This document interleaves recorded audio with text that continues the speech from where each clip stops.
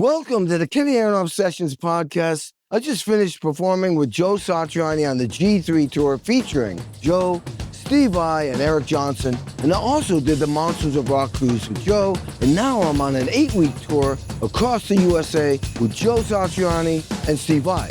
Now, if you're into seeing Joe and Steve shred, go to Joe's website and see if we're performing in your city. In the late 80s, 90s, and 2000s, I had 2 drum kits in New York, Nashville, LA, Indiana where I lived, Frankfurt, Germany, and Japan. Record labels were selling millions and millions of records and making billions of dollars back then. So they could afford to fly me all over the world to make a record for their artists or bands, and I loved it. When I was on tour, I would fly anywhere to record a record on my days off. And when I wasn't on tour, I would fly all over the world, nonstop making records. There were actually a few years I was gone 11 months between recording and touring.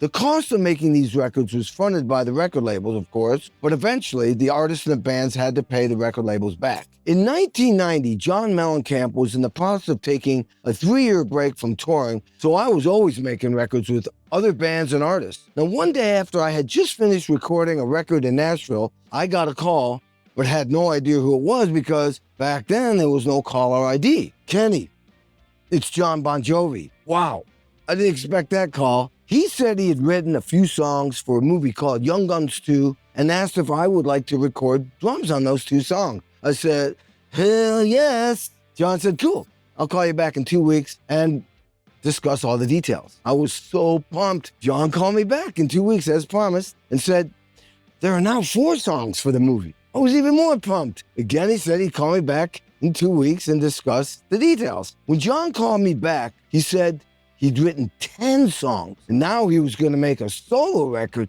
and some of those songs would be in the Young Guns 2 movie. Oh my God.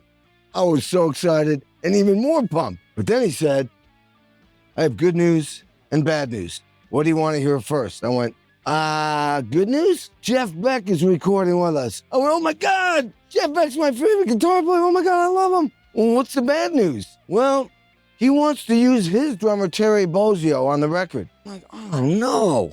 Well, I mean, Terry Bozzio's great, man. I get it. All right, see ya, have fun. And I was bummed out. I remember pacing in the living room, back and forth, like, damn it. Because, that's huge, Bon Jovi back then. And I was still trying to break into the session scene. Well, about 5 hours later, the co-producer, Danny Korchmar, calls up. Yo, Kenny, what's up, man? I said, yeah. He says, hey, I want your drums there at 9 a.m. on Tuesday. Who should I call? I went, Danny, have you talked to John lately? He says, yeah, why?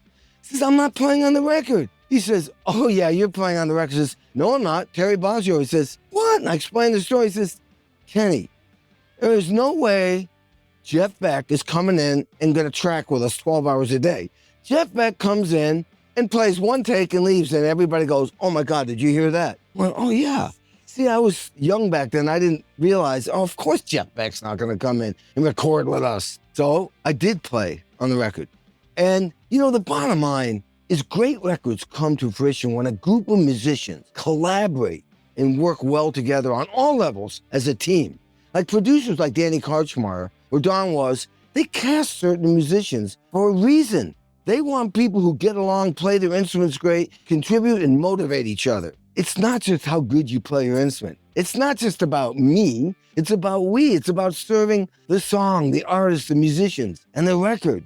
When Danny says you're the right guy, it wasn't just because of my drumming. It was the whole thing with this guy and that guy. And by the way, Elton John sang a song. They also brought in, like I said, Jeff Beck and Little Richard. I mean, I was in heaven. So I want to talk about the song Blaze of Glory. Man, we did millions of takes. It felt like it. And I knew that was going to be a hit. Every take, I gave it all I got. See, I write everything down. I write everything down so I can get from beginning to end of every song perfectly. I'm never slowing anything down. As a matter of fact, I have a copy of the chart I wrote in a book that Modern Drummer put out called The Legends. Now check this out. This is Blaze of Glory. This is the chart, Blaze of Glory. So every time I do a take, I'm not like forgetting, oh, that's right, there's another chorus. In this song, there was a third verse that broke down. And this is how I would use the creative techniques, the coming up with creative ideas for records. If there was time, back then they were budgets, so you could spend weeks on a record. Nowadays, oh my God, I have this studio here, Uncommon Studios. I mean, you don't have the budget, so you're moving fast. Do a couple takes, you're done. So we get to the breakdown, and it's kind of like I decided to play like a march beat, like a cadence.